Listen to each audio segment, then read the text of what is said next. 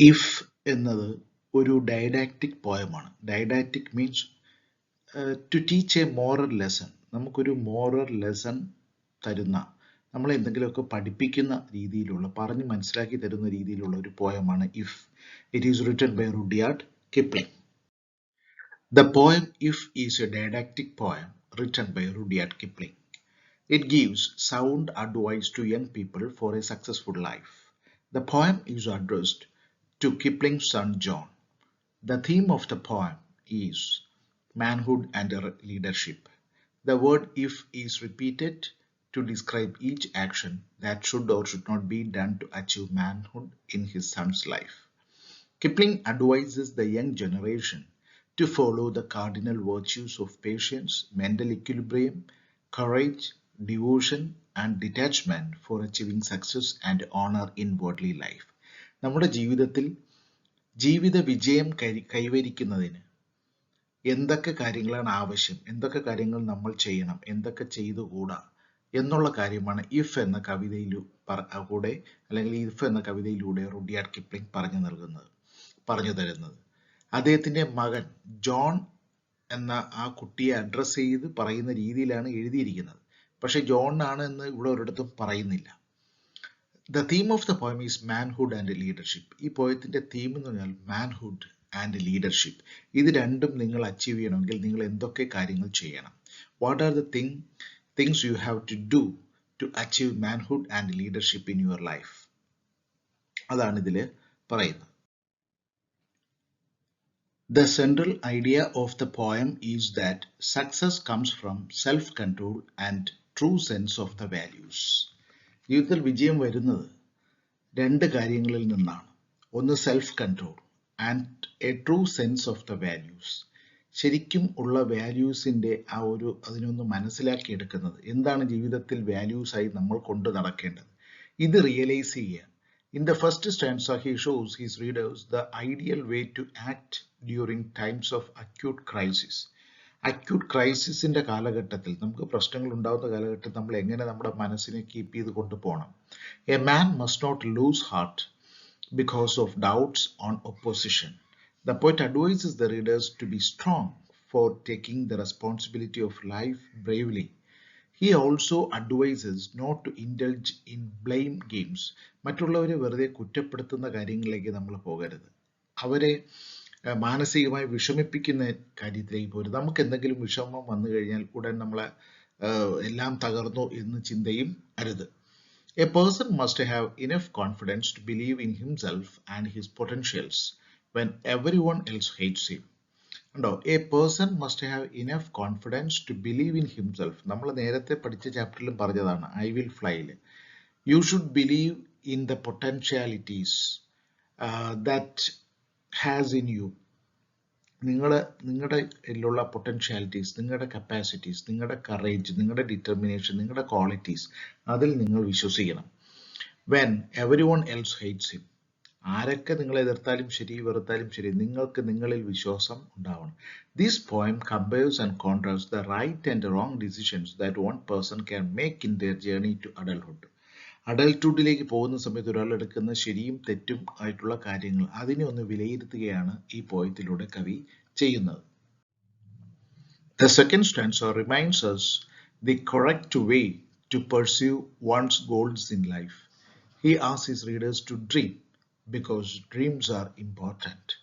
But at the same time, he advises them that their dreams must not lose sight of reality. നിങ്ങൾ dream ചെയ്യണം, സ്വപ്നം കാണണം, നിങ്ങൾക്ക് dreams ഉണ്ടാകണം. പക്ഷെ അത് റിയാലിറ്റിയിൽ ബന്ധപ്പെട്ട, റിയാലിറ്റിയുടെ നിന്ന് ഒരുപാട് ദൂരെയായി പോകരുത്.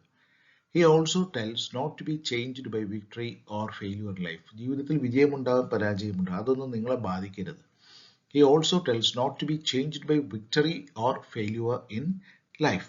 He advises them that defeat should not affect their life. He also tells to treat every defeat and tragedy as a chance to learn another lesson.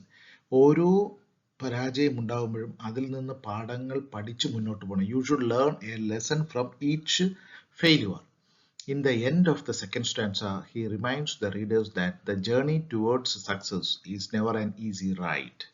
The poet gives us courage, saying that strength lies in getting past the traps.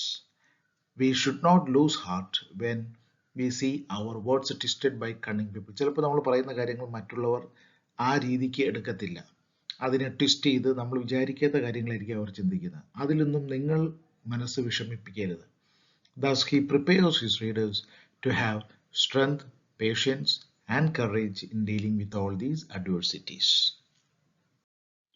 In the third stanza, the poet says that risks must be taken in life and hopes must not be lost if things do not work out the desired way.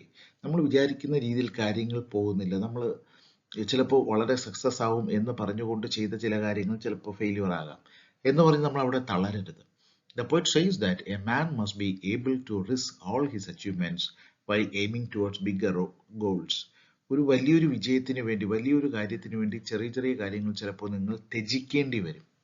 He gives the readers enough courage, saying that if we don't succeed, try again without being discouraged. നിങ്ങൾ വിജയിച്ചാലും ഇല്ലെങ്കിലും വിജയത്തിന് വേണ്ടി സദാ പരിശ്രമിച്ചു കൊണ്ടിരിക്കണം. ചിലപ്പോൾ പരാജയം വരും. 1, 2, 3 തവണ നിങ്ങൾ പരാജയപ്പെട്ടെന്നിരിക്കും. എങ്കിലും നിങ്ങൾ വിജയത്തിനായി കണ്ടിന്യൂസ് ആയിട്ട് പരിശ്രമിച്ചു കൊണ്ടിരിക്കണം. അവിടെ തളർന്നു പോകരുത് എന്നാണ് അദ്ദേഹം അഡ്വൈസ് ചെയ്യുന്നത്. Towards the last stanza, the poet says to stay true to ourselves and not to forget who we are. നമ്മൾ ആരാണ് എന്നുള്ളത് നമ്മൾ റിയലൈസ് ചെയ്യണം. He also instructs to make our actions and words meaningful and powerful. Thus, the poet wants his readers to become a true man who can fit well with all sections of society. He also instructs to make our actions and words meaningful and powerful. നമ്മൾ ചെയ്യുന്ന കാര്യങ്ങളും പറയുന്ന കാര്യങ്ങളൊക്കെ വളരെ powerful ആയിരിക്കും, correct ആയിരിക്കണം. And he asks his readers to mingle with the common crowd without losing their individuality. നമ്മൾ കൂട്ടത്തിൽ കൂടുമ്പോഴും നമ്മുടെ ഇൻഡിവിജ്വാലിറ്റി നഷ്ടപ്പെടുത്തരുത്. Money often makes people stone-hearted. The poet warns his readers against the evil effects of money. നമ്മുടെ ജീവിതത്തിൽ ഏറ്റവും കൂടുതൽ ആളുകൾ കറപ്റ്റഡ് ആകുന്നത് പൈസയുമായി ബന്ധപ്പെട്ടാണ്.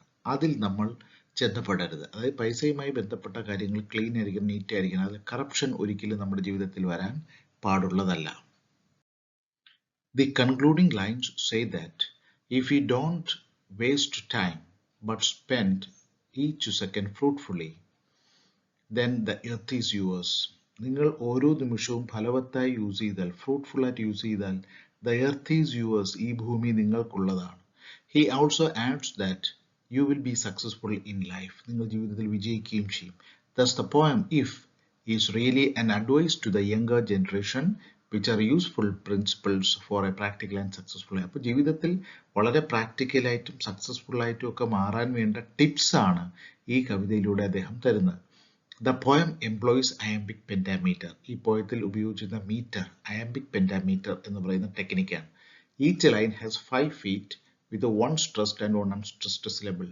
ഓരോ വരിയിലും ഒരു സ്ട്രെസ്ഡും ഒരു അൺസ്ട്രെസ്ഡുമായി സിലബിൾ ചേർന്ന് വരുന്ന 5 ഫീറ്റ് വരുന്ന രീതിയിൽ ആണ് അത് അറേഞ്ച് ചെയ്തിരുന്ന വാക്കുകൾ. The tone of the poem is informative and didactic. അത് വളരെ ഡൈഡാക്റ്റിക് ആയിട്ട് നമ്മളെ പഠിപ്പിക്കുന്ന രീതി ഇൻഫോർമേറ്റീവ് ആയിട്ടാണ് പറയുന്നത്. The mood of the poem is philosophic and reflective. ആ പോയത്തിന്റെ മൂഡ് അത് ഏത് അവസ്ഥയിലാണ് പറയുന്നത്, ഫിലോസഫിക് ആൻഡ് റിഫ്ലക്റ്റീവ് ആയിട്ടാണ് ഇത് പ്രസന്റ് ചെയ്തിരിക്കുന്നത്.